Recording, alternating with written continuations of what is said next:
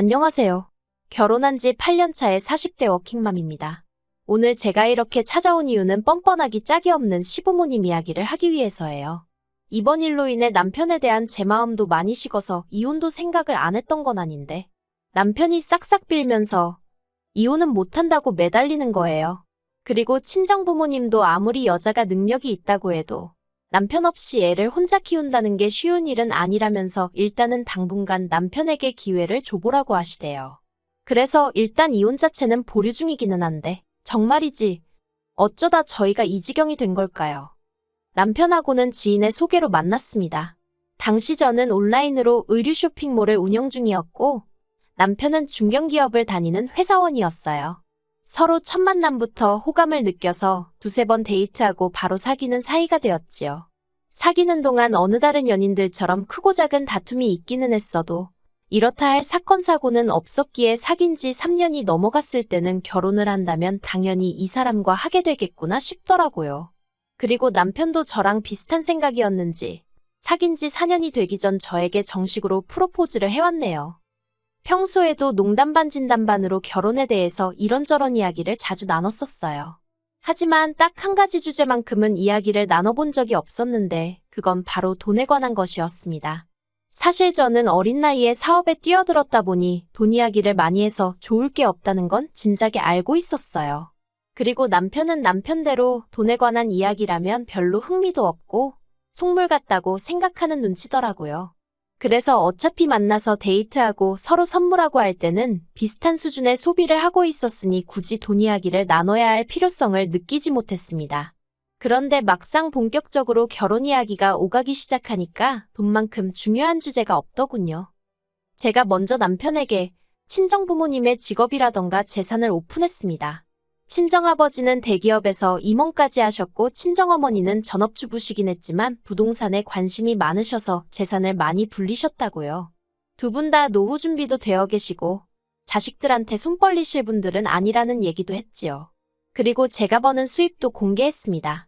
저는 장사가 아무리 안 돼도 월 600은 가능했고 잘 되는 달에는 순수익 1000도 가져가는 시기였어요. 그런데 제 이야기를 듣고 있던 남편의 표정이 점점 어두워지는 게 눈에 들어오대요. 그래서 왜 그러냐고 뭐가 문제냐고 물었더니 저랑 자기랑 씀씀이가 비슷해서 벌이도 비슷할 줄 알았다는 거예요. 그리고 알고 보니 남편은 연봉이 4천 남짓이었습니다. 하지만 더 뭐랄까 저를 뜨악하게 만들었다고 표현해야 할까요? 그건 바로 시부모님의 재정 상황이었어요. 시부모님에게 재산이랄 것은 두 분이 살고 계신 아파트 한 채가 전부였습니다. 따로 남편에게 물려주실 만한 건 고사하고 당장 결혼할 때 얼마 도와주실 상황도 안 된다 하더군요. 그래서 제가 그러면 노후는 어떻게 되어 있냐고 조심스레 물었습니다. 솔직히 말해서 만약에 노후까지 준비가 되어 있지 않다고 하면 저는 그냥 이 결혼은 없던 일로 해야겠다고 생각했거든요. 그런데 남편이 하는 말이 노후만큼은 그래도 준비가 되어 있으시다대요. 나라에서 나오는 연금도 있고 사시는 아파트도 주택연금으로 받아서 쓰실 생각이라고요. 친정부모님은 경제적인 면을 제외하고는 좋은 사람이라는 제 말을 믿어주셨습니다. 그래서 큰 반대 없이 저희는 부부의연을 맺을 수 있었네요. 그리고 참고로 남편은 모아둔 돈 4천만 원과 자기가 타던 차 한 대를 가지고 말 그대로 저한테 장가왔어요. 결혼식 비용도 제가 7 정도 남편이 3 정도 부담했고 신혼살림도 제 명의로 된 아파트에서 시작했지요. 그런데 막상 결혼을 하고 나니 시댁에 따로 돈 들어갈 일은 없을 거라던 남편의 말은 지켜지지 않았습니다. 신혼여행에서 돌아온 날 시댁에 인사를 드리러 갔을 때였어요. 일단 저희 신혼여행지는 하와이였는데 솔직히 이것도 거의 제가 부담한 거나 마찬가지였거든요. 비행기는 제 마일리지로 탔고 호텔도 제 카드로 결제했으니까요. 남편이 식비라던가 그런 걸 좀 내긴 했지만 아무튼 목돈 들어가는 건 다 제가 해결했어요. 그리고 그래서인지 남편이 장인 장모님 드릴 기념품만 사면 된다면서 자기 부모님 건 안 챙겨도 된다고 하대요.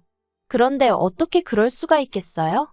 그래서 친정 부모님 드릴 선물하고 똑같이 시부모님 선물도 준비했습니다. 그런데 시댁에 도착하자 어머님께서 하와이는 명품이 싸다던데 왜 이런 걸 사왔냐 하시대요. 그리고 아버님께서는 이제 아들 장가도 보냈는데 용돈을 얼마나 줄라나 하셨고요. 그러니 솔직히 황당하고 어이가 없었습니다. 두 분이 속이 없으셔도 참으로 없으시구나 싶기도 했지요. 그렇지만 남편도 저도 벌이가 나쁘지 않았으니 한 달에 30만 원씩 보내드리는 걸로 이야기가 됐어요. 제가 친정에도 똑같이 드리겠다 하니까 남편도 좋다고 했고요. 솔직히 친정부모님은 저한테 30만 원 안 받아도 그만이신 분들이셨고 그 이상으로 오히려 저에게 더해주실 분들이셨지만 그냥 왜인지 시부모님만 챙겨드리는 것도 아니다 싶어서 그렇게 하자고 했지요. 한편 매달 보내드리는 용돈도 시부모님 입장에선 성에 차지 않으셨나 봐요. 언젠가부터 하나둘씩 이것저것 바라시는 게 늘어나기 시작했거든요. 처음엔 1, 2만 원짜리였는데 적게는 몇만 원에서 많게는 몇십만 원짜리까지 누가 뭘 쓰는데 좋다더라, 누가 뭘 먹으니 힘이 난다더라와 같은 말을 전하시며 당신들도 사달라는 요구가 끊이지를 않았어요. 그리고 그럴 때마다 안 사드리기도 뭐하고 그래서 사드리긴 했는데 솔직히 언젠가부턴 어머님 아버님이 너무 당연하게 여기시는 느낌이라서 기분이 별로더라고요. 그럼에도 불구하고 단박에 끊어내지 못한 건 적어도 남편만큼은 미안해하고 민망해했기 때문이었네요. 하지만 결국 아버님의 퇴직이 다가오면서 문제가 생겼습니다. 그날도 저는 평소와 다름없이 바쁜 하루를 보내고 있었는데요. 그렇다 보니 어머님의 연락을 제때 받지 못하고 있다가 늦은 오후가 돼서야 연락을 드릴 수 있었어요.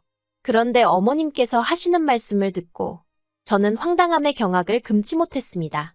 아들 하나 잘 키웠으니 이제 아들 덕 좀 보셔야겠다면서 이제 아버님 은퇴하시면 저희한테 생활비를 받아서 편하게 사셔야겠다는 거예요. 그러면서 당장 3달 뒤부턴 120만 원씩 자동이체를 해달라나요? 저는 제 귀를 의심했어요. 120만 원이라니? 아무리 저나 남편이 벌이가 괜찮다고 해도 애도 있고 그렇다 보니 앞으로 돈 들어갈 일이 태산이었는데 한마디로 눈앞이 깜깜하대요. 게다가 까놓고 말해서 어머님 아버님 용돈을 뭐 한두 달 드리고 말 것도 아니고 일단 시작하면 돌아가실 때까지 드려야 하는 게 기정사실이었으니까요.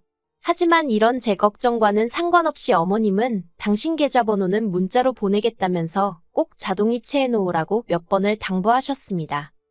그리고 그날 밤 퇴근하여 집에 온 남편에게 오후에 어머님이 하셨던 말씀을 전했습니다. 남편더러 알고 있었냐니까 자기도 전혀 몰랐다면서 당혹스러움을 감추지 못하대요. 그래서 제가 남편더러 시댁에 120만 원을 드리면 친정에도 120만 원을 드려야 하고 그러면 총 240만 원이다. 240만 원이면 당신 월급에서 당신 용돈 빼고 전부 다 그냥 나가는 거다. 너무 빠듯해서 그렇게는 못 드릴 것 같다고 했어요. 그랬더니 남편이 제 말이 맞다 하면서도 한다는 소리가 지금도 생각하니까 또 짜증이 나네요. 남편이 장인 장모님은 돈도 많으신데 120만 원씩이나 드릴 필요가 있냐는 거예요. 자기 부모님만 드리면 크게 부담되는 금액은 아니지 않냐면서 그냥 시댁만 챙겨드리면 되지 않냐는 겁니다. 그래서 제가 말도 안 되는 소리 좀 하지 말라 했어요. 시댁과 친정은 항상 똑같이 챙겨드리기로 했던 거 잊었냐고요. 그랬더니 남편이 양쪽 부모님 형편이 다른데 솔직히 어떻게 매번 똑같이 챙겨드리냐며 솔직히 자기는 저희 친정 부모님이 너무 부럽답니다. 그리고는 자기 부모님도 저희 부모님처럼 골프도 치고 해외여행도 다닐 수 있게 해드리고 싶다대요. 어이가 없어서 친정 부모님은 당신들 능력으로 다니시는 건데 그 얘기가 지금 여기서 왜 나오냐고 이상한 소리 좀 하지 말라고 했습니다. 그리고 지금 우리가 돈을 많이 버는 것 같아도 여기저기 적금에 보험에 빠져나갈 것도 많다고 어쩌다 한 번씩 일회성으로 용돈은 드릴 수 있어도 고정적으로 목돈을 드리는 건 안 된다고 딱 잘랐지요.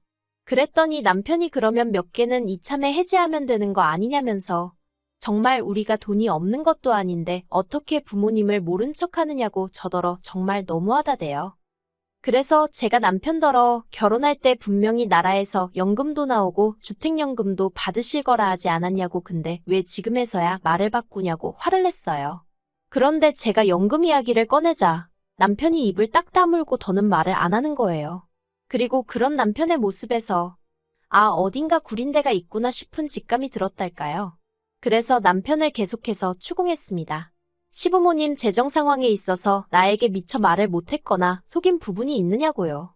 그리고 그제서야 남편이 머리를 벅벅 긁으며 한다는 소리가 저희 결혼할 때는 분명 그런 계획이셨는데 저희 애가 어린이집에 가던 시기에 아버님이 어디 투자를 하시겠다며 집을 담보로 대출을 1억 받으셨답니다. 그 소리 듣는데 정말 뒷목 잡고 쓰러질 뻔했어요. 1억이 네 집 개 이름도 아니고 무슨 생각으로 그러신 건지 도통감이 안 와서요. 결국 몇 날 며칠 남편과 설전을 벌이다 안 되겠다 싶어서 시댁을 찾아갔습니다. 그리고 어머님 아버님께 단도직입적으로 120만 원을 그것도 매달 드리는 건 안 된다고 말씀드렸어요. 그랬더니 어머님이 아들놈 번듯하게 키워놨을 때는 어느 부모라도 이 정도는 기대했을 거랍니다. 그러면서 니들이 얼마를 버는데 그 돈 100만 원도 못 준다는 거냐면서 화를 내시는 거예요. 그래서 어머님 아들이 월 300 좀 넘게 가져오는 게 다라고 말씀드렸습니다. 그리고 어머님 아버님한테 돈을 드리면 저희 부모님한테도 드려야 한다고 그러니 돈 100이 아니라 한 달에 무려 240만 원씩 나가게 된다고요. 그랬더니 어머님이 너네 부모는 돈도 많은데 돈을 왜 주려고 그러냐시대요. 어렵다는 사람만 주면 되는 거 아니냐면서 뭐하러 거기다까지 돈을 퍼주려고 하느냐고요. 그리고 솔직히 아무리 시부모님이라지만 그 뻔뻔함과 염치 없음에 저는 정말 학을 뗐어요. 막말로 저한테 아쉬운 모습이라도 보이시면서 어떻게 부탁이라도 하셨으면 저도 사람이니 마음을 달리 먹고 어떻게든 가능한 쪽으로 최대한 어머님 아버님 편에서 생각을 해봤을지도 모르죠. 하지만 이건 뭐 누가 보면 어머님 아버님이 저한테 돈이라도 맡겨놓은 줄 알겠더라니까요.